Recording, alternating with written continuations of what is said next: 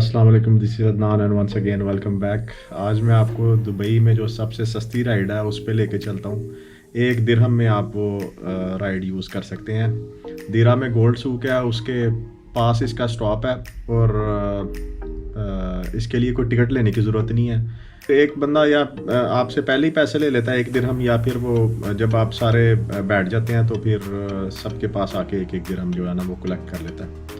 तो मैं जो है वो इस साइड से दीरा से बर दुबई में गया हूँ, फिर वहाँ से फिर दोबारा 1 दिरहम दे के तो आ गया हूँ वापस दीरा। ये मंथ जो है वो इसका नहीं है घूमने फिरने का, ह्यूमिडिटी लेवल जो है ना वो बहुत हाई है। एनीवे चलें चल के देखते हैं कि ये कैसी राइड है।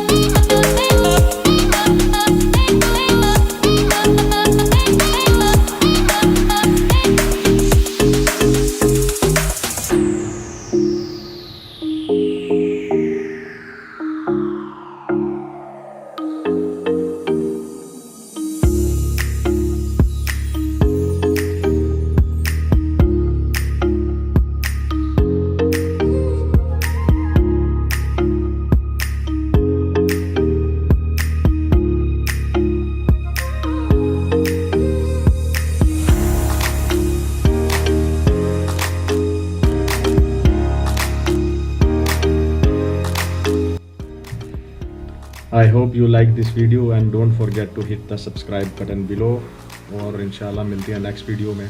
अल्लाह हाफिज़।